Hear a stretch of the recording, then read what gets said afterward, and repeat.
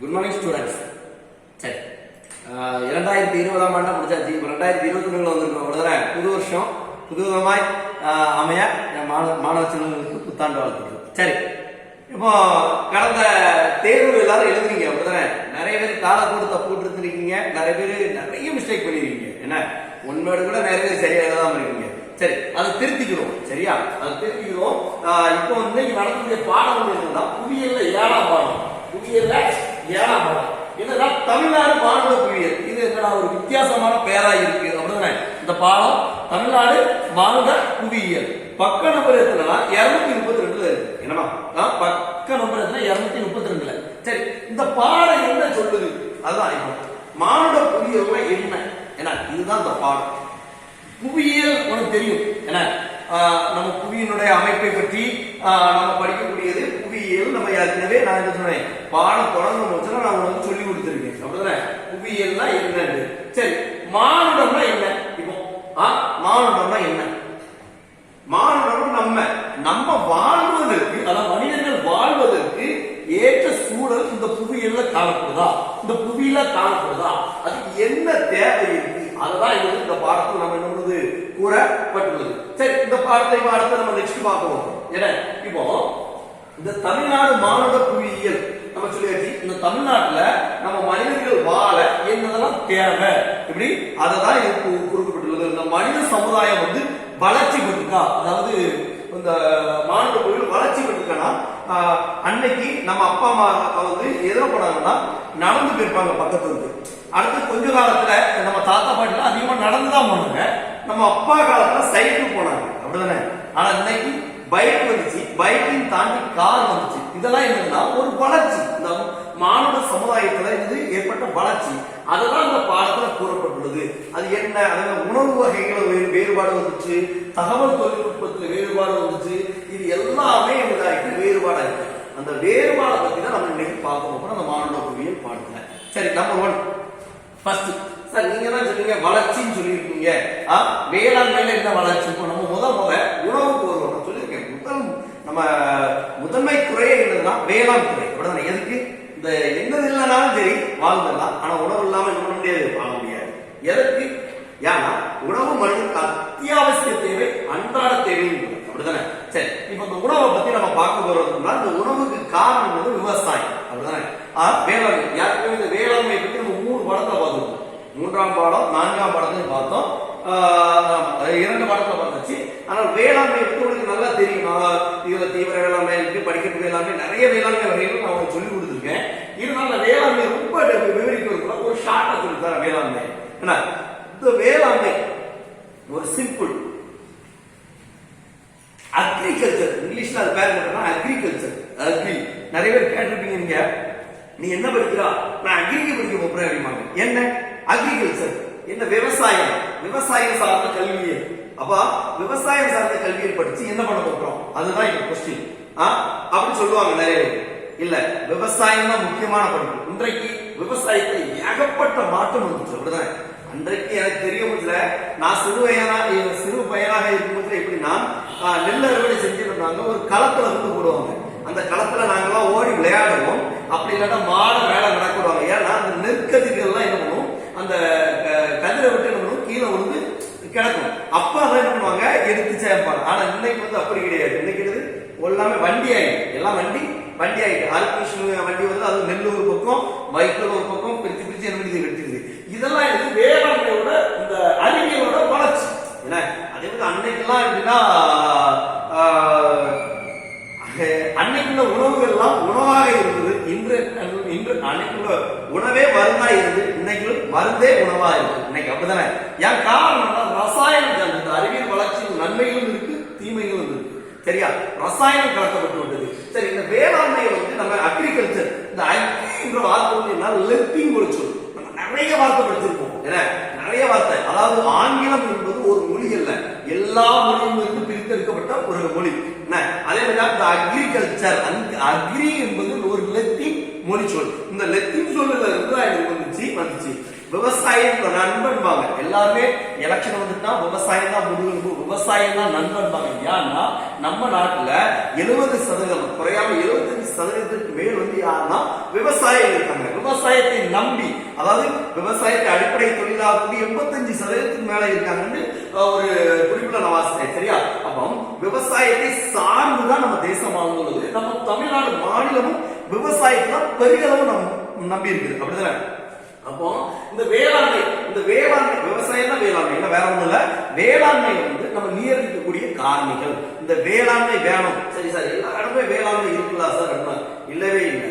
எத்தனையோ நாடுகள்ல வேளாண்மை இல்லை. ஏன்னா அதுக்கு தகுந்த கால சூழல் கிடையாது. ஏன்னா அரபிக் தேசங்கள்லாம் வேளாண்மை கிடையாது. ஆனா அவங்க வந்து என்னன்னா வேளாண்மை வந்து அங்க அதிகமா என்னன்னா எண்ணெய் கிணறுகள். நான் இதுக்கு முந்தின பாடத்துல சொல்லியிருக்கேன். அப்படித்தானே? எண்ணெய் கிணறுகள் நிறைய நாட்டுல அரபி ஷர்ஜா போன்ற நாடுகள்லாம் என்னன்னா அதிகமா பாலைவன நாடுகள்லாம் என்ன இருக்குன்னா அங்க விவசாய முறை கிடையாது. அவங்க வந்து எண்ணெய்களை வந்து நமக்கு ஏற்றுமதி செய்வாங்க. நம்மகிட்ட இருந்து விவசாய பொருட்களை வந்து என்ன பண்ணுவாங்க, ஏற்றுமதி பண்ணிடுவாங்க. ஏன்னா நமக்கு எண்ணெயை இறக்குமதி செஞ்சுட்டு அவங்க அப்படி ஒரு அக்ரிமெண்ட் போட்டு வச்சிருப்பாங்க. ஆனா இந்த வேளாண்மை நம்ம தமிழ்நாட்டிலையும் இந்தியாவிலும் எல்லா வளமும் இருக்குது. நான் முதல்ல சொன்னேன், ஒரு கண்டத்துக்கு முதல் பாடத்துல நான் உங்களுக்கு சொல்லிக் கொடுத்த ஞாபகம் இருக்க, ஒரு கண்டத்திற்குள்ள அனைத்து பண்புகளையுமே இந்தியா பெற்றுள்ளதுனாலதான் இந்தியாவை நம்ம என்ன இருக்கோம், துணை கண்டம் என்று அழைக்கிறோம். நான் ஏற்கனவே என்ன சொல்லி கொடுத்திருந்தேன். அப்படிதானே? அதே மாதிரி அந்த வேளாண்மையில நீர்மிக்க காரியத்துக்கு என்ன, வேளாண்மைக்குன்னா முக்கியமா என்ன தேவை உங்களுக்கு தெரிஞ்சு என்ன, கண்டிப்பாக என்ன வேணும், நிலம் வேணும். அதுக்கடுத்து கண்டிப்பா என்ன வேணும், நீர் வேணும். அதுக்கடுத்து கண்டிப்பா என்ன வேணும், நல்ல மண் வேணும். அதுக்கடுத்து கண்டிப்பா காலநிலை வேணும். நல்லா மழை பெய்யுது, மழை பெய்ய நேரம் தான் எதை வைப்பாங்க, எதை பயிரிடுவாங்க, என்னது, நெல் பயிரிடுவாங்க. நல்லா வெயில் அடிக்கிறான், வெயில் அடிக்கும், ஆனா தண்ணி இருக்கிறான், அப்ப பருத்தி. ஏன்னா காலத்திற்கு தகுந்த இல்ல, நாங்க மழை பெய்ய நேரத்துலதான் இல்ல, எல்லாரும் மழை பெய்ய நேரம் நான் வந்து பருத்தி நட்டோம்னா என்ன ஆகும், மழை பெய்யும் பருத்தி வந்து என்ன ஆகும், அது பயிரிட முடியாது. ஏன்னா அந்த காலத்திற்கு தகுந்தாப்ப நிலத்திற்கு தகுந்தாப்பதான் நம்ம என்ன பண்ணணும், பயிரிடணும். ஒரு சில நேரம் நான் ஒரு சின்ன எக்ஸாம்பிள் சொல்றேன். ஒரு சில மண்ணுல தான் ஒரு சில பயிர் நல்லா வளரும். அப்படிதானே? எல்லா மண்ணிலுமே எல்லா பயிரும் விளையாது. ஏன்னா முதல்லலாம் ஒரு சின்ன எக்ஸாம்பிள் எடுத்துக்கிட்டோம்னா சரணை மண்ணுலாம் வாழை கம்மியா தான் அப்படிதானே? செம்மண்ல நல்ல வாழை வளருவாங்க. செம்மண் வந்து நல்ல செம்மண், கரிசன மண்ணு, ஈரத்தை தக்க வைக்கக்கூடிய மண்ணு. இல்ல வறண்ட மண்ணுல மண்ணு கட்டோம்னா ஒன்னும் புரோஜனம் கிடையாது. ஒவ்வொரு மண்ணையும் புரோஜனம் கிடையாது, வளராது. ஏன்னா ஒரு மண்ணினுடைய அமைப்பு இப்படி இந்த 4 எல்லாம் நிலம், காலநிலை, மண், நீர், இந்த 4 ஒரு விவசாயத்துக்கு மிக மிக முக்கியமாக தேவைப்படுவது. சரி, ஒருவேளை தமிழ்நாட்டில், அதாவது நான் சொல்லலாம், ஒரு நிலத்தோற்றம், காலநிலை, அதாவது நான் ஏற்கனவே இந்தியாவில் கொடுத்துங்க, கேரிஃப், ராபி, சயத் சொல்லி கொடுத்தேன். அப்படிதானே? இந்த 3 இது நம்ம இந்தியாவில் இந்த போன எக்ஸாம்பிள் கூட கேட்டது. இந்தியாவின் வேளாண் பருவங்கள் வந்து கேரிஃப், ராபி, சயத் என்ற 3 பருவங்களாக நாம பிரிக்கிறோம் அப்படின்னு நான் போன எக்ஸாம்பிள் வந்து ஒரு கொஸ்டின் கேட்டது. அதுக்கு ஆன்சர் அதுதான். நிறைய பேர் எழுதிருந்தீங்க, நிறைய பேர் எழுதாம இருந்தீங்க. சரி, அதே மாதிரி இந்திய நம்ம தமிழ்நாட்டுக்கு என்ன பருவ காலங்கள் அப்படின்னு கேட்கப்பட்டுள்ளது. தமிழ்நாட்டில் என்ன பருவ காலங்கள்னா நான் சொல்றேன், சொர்ணவரி, சம்பா, நவரை. எனவே சொர்ணவரி, சம்பா, நவரை.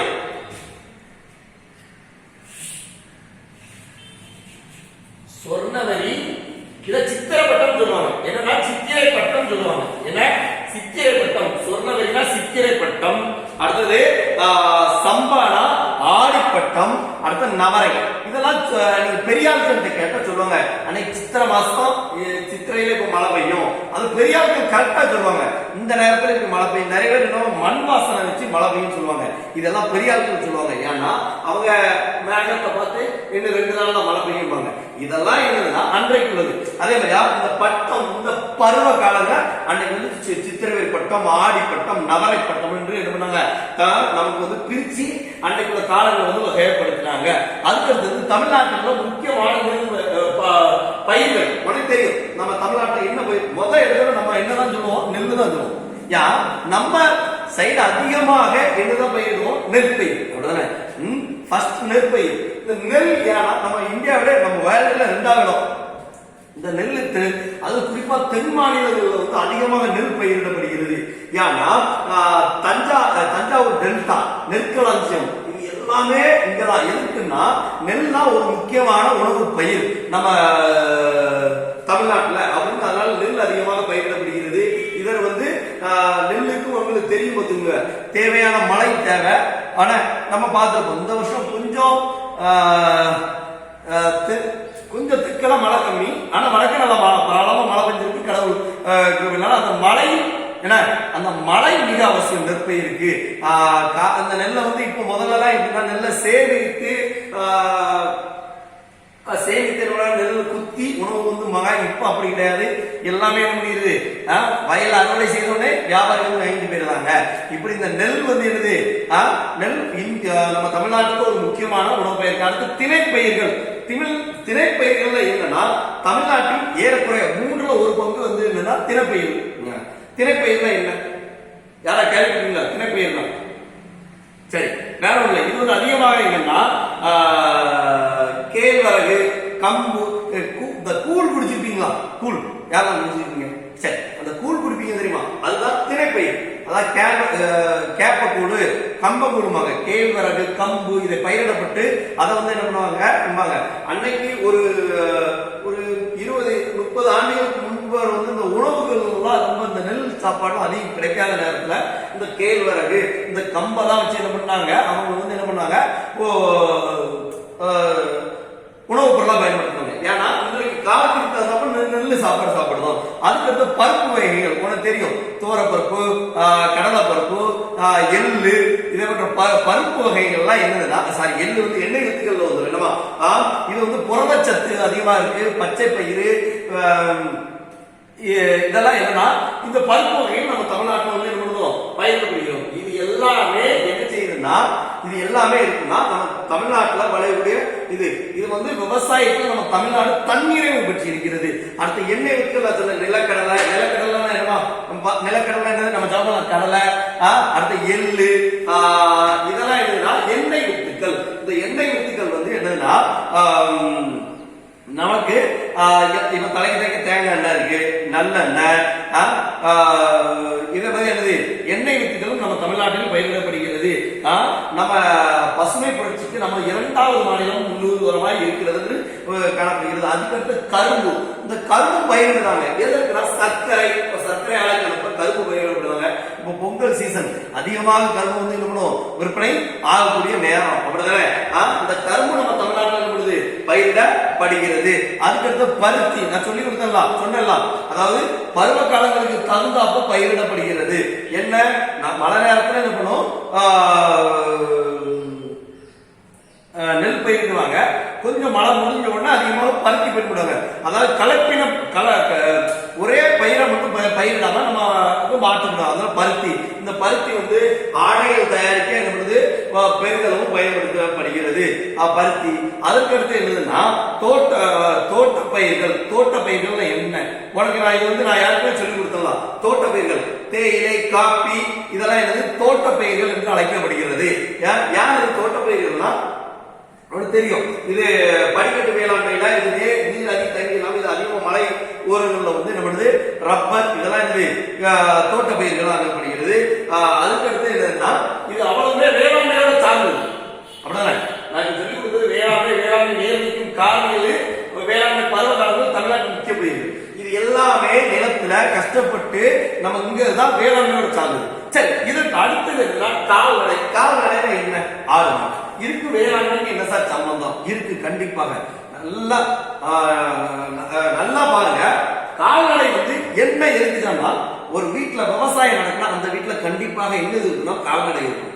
எதுக்கு கால்நடை இருக்குன்னா, அந்த வீட்டுல உள்ள விவசாய பொருள்ல என்ன பண்ணுவாங்க, இப்போ எடுத்துக்காட்டு வைக்கோல இருக்காங்க, அந்த வீட்டுல மாடு வளர்ப்பாங்க. மாடு கூட இது ஆடு வளர்ப்பாங்க, கோழி வளர்ப்பாங்க. விவசாயத்துல அதிகமாக விவசாயத்துக்கு தேவையான தீவனங்கள், கால்நடைக்கு தேவையான தீவனங்கள் அனைத்துமே எங்க இருக்கு, வேளாண்மையில கிடைக்கிறதுனால அதிகமாக கால்நடை வந்து வளர்ப்பாங்க. ஏன்னா இது வந்து என்ன தெரியுதுன்னா, கால்நடை வளர்ப்பாங்க. இந்த கால்நடைகள் உள்ள அதுக்கு கால்நடை எப்படின்னா, கால்நடைகளுக்கு பால், இறைச்சி, முட்டை இது போன்ற உணவு எல்லாம் கிடைக்குது. அதிகமாக செம்மறி செம்பரி ஆடு சொல்றேன். இந்த செம்பரி ஆடு வளர்க்கறதுனால என்ன சார் பால் கிடைக்காது சார். கண்டிப்பா என்னது செம்பரி ஆடு இறைச்சி காணப்படும். அந்த தோல் வந்து என்னது தோல் 15 நாளைக்கு அப்படி ஒவ்வொரு இது என்னது கால்நடைகள் வந்து தேவையெல்லாம் எனக்கு கிடைக்கப்படுகிறது. அதுக்கு அடுத்தது இது கொஞ்சம் ஒரு வித்தியாசமானது என்னன்னா மீன் பிடிப்பு. நான் சொல்லல, இது நான் போன பாடத்துல சொல்லி கொடுத்தேன். இது வந்து மாணவ புவியியல் இந்த 6 பாடத்தில் உள்ளதை 7ஆம் பாடத்துல கொடுத்துருக்கோம். என்ன நான் போன மீன் பிடிப்பு என்ன சொல்லி கொடுத்தேன்? உள்நாட்டு மீன் பிடிப்பு, கடல்நாள் மீன் பிடிப்பு. இந்த உள்நாடுனா இப்போ இந்த ஏரி குளங்கள் இதுல இருந்து பிடிப்பாங்க. கடல்ல ஒரு சில நேரம் அடுத்த நாடுகள் சென்று கூட மீன் பிடிக்கிறது இருக்கு போதுங்க. ஏன்னா இதெல்லாம் மீன் பிடிப்பு. அது நிறைய மீன் பண்ணைகள் வைத்து வளர்ப்பாங்க. பாத்துப்பீங்களா? இந்த கள்ளக்குறிச்சி போற நேரத்துல ஒரு வலது பக்கம் மீன் பண்ணை கொடுப்பாங்க. எதுக்கு? அங்க வந்து என்ன ஒரு மீன் முட்டை எடுத்து மீன் கொஞ்சம் எடுத்து அவங்க வளர்ப்பு மீன் வளர்ப்பாங்க. அப்படி என்ன பண்ணுகிறது மீன் நம்ம வந்து தண்ணீரா இருக்கு. நம்ம தமிழ்நாட்டுல மீன் பிடிக்கும் தொழிலும் இருக்கிறது. அதற்கடுத்து என்னன்னா முக்கியமானது நீர் வளம். என்ன இந்த நீர் வளம் விவசாயத்துக்கு தேவையான நீர் வளம் நான் முதல்ல சொல்லி கொடுத்தேன். பாடத்துல என்ன சொல்லி கொடுத்தேன்? இந்த நீர் வளத்தை பத்தி சொல்லி கொடுத்தேன். இந்த நீர் வளம்னா என்ன? நீர் வளம் தான் என்ன நான் சொல்லியிருக்கேன். இன்றைக்கு நம்ம தென் மாவட்டங்கள்ல தண்ணீருக்கு என்ன கிடையாது, ஓரளவு பற்றாக்குறை கிடையாது. அது ஒரு சில கிராமப்புறங்கள்ல பற்றாக்குறை. இந்த ராமநாதபுரம் இந்த கொஞ்சம் அந்த கிழக்கு நோக்கி போனோம்னா ராமநாதபுரம் மாவட்டங்கள்ல தண்ணீர் பற்றாக்குறை அதிகம். காரணம் என்ன தெரியுமா? இந்த திருவண்ணாமலை கள்ளக்குறிச்சி போன்ற இடங்கள்ல தண்ணீர் பற்றாக்குறை அதிகமாக காணப்படுகிறது. காரணம் என்ன தெரியுமா? நமக்கு தெரிஞ்சது நம்ம இடங்கள்ல நமக்கு தெரிஞ்சு பாபநாசம் அணை, மணிமுத்தாறு அணை, இப்படி என்னது அணைகள் அதிகம் காணப்படுகிறது. வற்றாத நதியாக தாமிரபரணி போகுது. அதனால இங்க வந்து என்னது கொஞ்சம் தண்ணீர் பற்றாக்குறை இல்லாம காணப்படுகிறது. வட மாநிலங்கள்ல வட மாவட்டங்கள்ல நான் ஒரு ராமநாதபுரம் போகும்போது இந்த நம்ம தண்ணி வண்டி இருக்கலாம், அதுல ஒரு 10-15 குடம் நீளமா இருக்கு. எதுக்கு? அந்த தண்ணீர் இல்லாம நிறைய பேர் போறாங்க. ரோட்டோரங்கள்ல கசியக்கூடிய தண்ணீர் தான் என்ன பண்ணுவாங்க, குடிக்கிறாங்க. அந்த நீர் வளத்துக்கு முக்கியமாக அணைக்கட்டு காரணம். தென் மாவட்டங்கள் அணைக்கட்டு காணப்படுகிறது, வடக்கு கிடையாது. அதனால காவிரி நீரை எதிர்பார்த்து கொண்டு இருக்கிறோம். சரியா? இந்த நீர்வளத்திற்கு அணைக்கட்டு மிக முக்கியமான ஒரு காரணம். தமிழ்நாட்டில் என்னன்னா எப்படிலாம் நீர்வளம் இருக்குன்னா ஆற்று வடி நிலம், ஆற்று வடி நிலம், ஆற்று வடி நிலம், அடுத்து நீர்த்தேக்கங்கள், ஏரிகள், அடுத்தது ஆழ்துளை கிணறுகள் மற்றும் மற்ற கிணறுகள், திறந்தவெளி கிணறுகள் இருக்கு. புரியுது? ஆழ்துளை கிணறு போர்ப்படுது. இப்படிதான் நம்ம தமிழ்நாட்டுல நீர்த்தேக்கங்கள் காணப்படுகிறது. ஏன்னா இந்த நீர்த்தேக்கங்கள் வந்து இதான் நீர்வளத்தை பெருக்கக்கூடியது. இந்த நீர்வளத்தை பெருக்கிறதுக்கு நம்ம என்ன பண்ணணும்னா, அதாவது இப்ப ஃபுல்லா குளங்களெல்லாம் என்னது பிளாட் ஆகிட்டு இருக்கு. சென்னை போன்ற ஒரு சின்ன எக்ஸாம்பிள் நம்ம திருநெல்வேலி நியூ பஸ் ஸ்டாண்ட் இருந்தது என்னன்னா ஒரு 15 வருஷத்துக்கு முன்னால இருக்குன்னு நினைக்கிறேன். ஏன்னா அது ஒரு குளமா தான் இருந்து இன்னைக்கு அந்த பாதி குளம் என்னாச்சு காணப்பட்டு இன்னும் கொஞ்சோண்டு ஒரு குளம் இருக்கு. எதுக்கு? அது அவ்வளவே என்னது நிரப்பப்பட்டு விட்டது. இந்த நீர்த்தேக்கங்களை வந்து என்ன பண்ணணும், நம்ம மறுபடியும் புதுப்பிக்கணும், நீர்த்தேக்கங்கள் ஆகணும்னு சொல்லப்பட்டுள்ளது. அடுத்த அணைகள், இந்த இப்ப அணையை எடுத்துக்கிட்டோம்னா இந்த அணையில இருந்து என்னன்னா பெரிய நீர்த்தேக்கம், இதுல இருந்து நிறைய மின்சாரம் தயாரிக்கப்படுகிறது. இந்த மின்சாரம் தயாரிக்கப்பட்டு என்ன தேவைகள்லாம் இருக்கு. அணைகள் என்னெல்லாம் தமிழ்நாட்டில் இருக்குன்னா மேட்டூர் அணை, பவானிசாகர் அணை, அமராவதி, கிருஷ்ணகிரி, சாத்தனூர், முல்லை பெரியாறு மற்றும் வைகை அணை, மணிமுத்தாறு, பாபநாசம், பரப்பிக்குளம் போன்ற முக்கியமா பெரிய அணைக்கட்டுகள் நம்ம தமிழ்நாட்டில் இத்தனை அணைக்கட்டுகள் இருக்குது. ஏன்னா இதனால நம்ம தமிழ்நாடு நீர்வளத்துல எழுதிருக்கு உயர்ந்திருக்கு. இதுல ஒரு நீர்வள மேலாண்மை என்னன்னா நான் சொல்லிக் கொடுத்தலாம். இந்த நீர் தான் ஒரு முக்கியமான ஒரு இடத்துல இருந்து உயர்த்தக்கூடிய தன்மையை கொண்டது. சரியா? இது நீர்வள மேலாண்மை. அடுத்தது என்னன்னா நீர்ல வந்து நம்ம வந்து தண்ணீரை பெற்றிருக்கோம், நம்ம நீரை வந்து சேகரிக்கணும், அதுக்குன்னு ஒரு நீர்வளத்துறை வந்து ஒதுக்கப்பட்டுள்ளது. அது மட்டும் இல்லாது தமிழ்நாட்டில் கனிம வளங்கள், கனிம வளங்கள்லாம் என்ன சொல்லுங்க? கனிம வளங்கள் என்ன? கனிம வளம் நிலக்கரி நாம சொல்லி கொடுத்துருக்கலாம். அதாவது மேக்னைட்டு, நிலக்கரி, வேற மார்டின் தாதுக்கள், டைட்டானியம் போன்றவையெல்லாம் இது அதிகமாக முக்கியமானது நிலக்கரி தான். இது வந்து நம்ம தமிழ்நாட்டில் எங்க காணப்படுதுன்னா நெய்வேலியில காணப்படுது. நம்ம கேள்விப்பட்டிருப்போம் நெய்வேலி. நிலக்கரி. ஏன்னா இந்த நிலக்கரி வந்து என்னது கனிம வளம். இது வந்து என்னது வேற இரும்பு தாது காணப்படுகிறது. இரும்பு தாது இது எல்லாமே கனிம வளமும் நம்ம இந்தியா நம்ம தமிழ்நாட்டில் வந்து எது இருக்கிறது. நம்ம தமிழ்நாட்டில் இல்லாத வளங்கள் ஒன்றுமே கிடையாது. அதுக்கு அடுத்தது பார்த்தா தொழிலகம். நம்ம இதெல்லாம் தொழிலகத்தை பார்த்தா பருத்தி நெசவாலை. நான் சொல்லி வச்சிருக்கேன், பருத்தி நெசவாலை நம்மகிட்ட இருக்கு. அப்படிதானே கோயம்புத்தூர் சைட்லாம் போனா அதிகமான மீன் காணப்படும். இப்ப இங்க நாங்கநேரியில இருக்கு, நம்ம மூன்றடப்புல இருக்கு. ஏன்னா இந்த வேற இங்க பக்கத்துல கங்கை கொண்டான்ல இருக்கு, இப்ப தச்சநல்லூர்ல இருக்கு. இதெல்லாம் என்னன்னா பருத்தி நெசவாலை. இந்த பருத்திகள் எல்லாம் எடுத்து என்ன பண்ணுவாங்க, நூலாக்க ஆலைக்கு கொண்டு போய் என்ன பண்ணுவாங்க, அதை பதப்படுத்தி நூலாக்கி அடுத்து துணியாக்கி அடுத்துதான் நமக்கு என்னது ட்ரெஸ் ஆகுது. இப்படி என்னது பருத்தி நெசவாலைகள் அதிகமாக கோயம்புத்தூர் சைடில் காணப்படுகிறது. எனவே தென்னிந்தியாவின் மான்செஸ்டர் எது கோயம்புத்தூர் என்று அழைக்கப்படுகிறது. எதற்குனா அங்க அதிகமான பருத்தி ஆலைகள், பருத்தி அதாவது சார்ந்த தொழில்கள் நடைபெறுவதனால மான்செஸ்டர் கோயம்புத்தூர் என்று அழைக்கப்படுகிறது. ஈரோடு வந்து தமிழ்நாட்டின் ஜவுளி பள்ளத்தாக்கு நெசவு தலைநகரம் என்று அழைக்கப்படுகிறது. என இதுக்கு காரணம் என்னன்னா நெசவு பள்ளத்தாக்கு அங்க அதிகமாக காணப்படுவதுதான் காரணம். அதுக்கடுத்து பட்டு நெசவாளிகள். பட்டுனாலே நமக்கு தெரியும், பட்டு காஞ்சிபுரம் பட்டு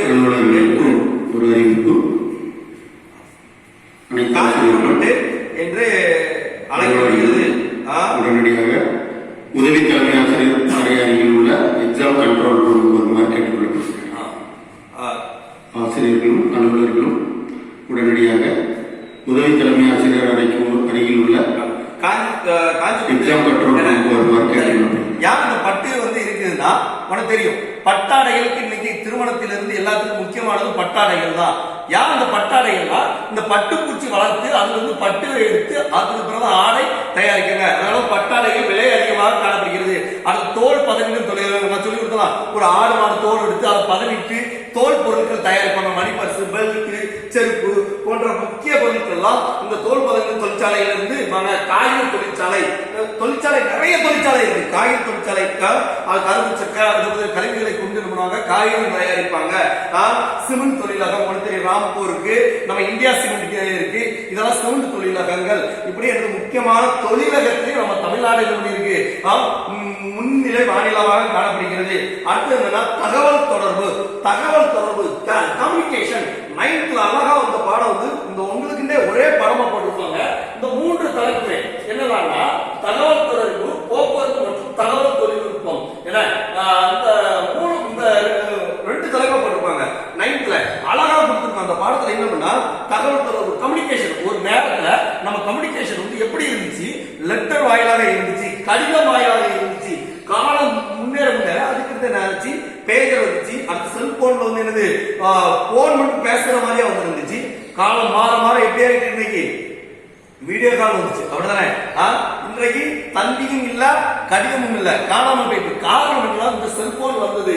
இதனால தகவல் தொழில்நுட்பத்தில் நாம் வந்து உயர போய் கொண்டு இருக்கிறோம். தகவல் தொழில்நுட்பம் அதற்கடுத்து என்னது கூறப்பட்டுள்ளதுன்னா தகவல் தொழில்நுட்பம் முடிந்த பிறகு அதுக்கு அடுத்தது என்னன்னா நம்முடைய முன்னேற்றம் என்னன்னா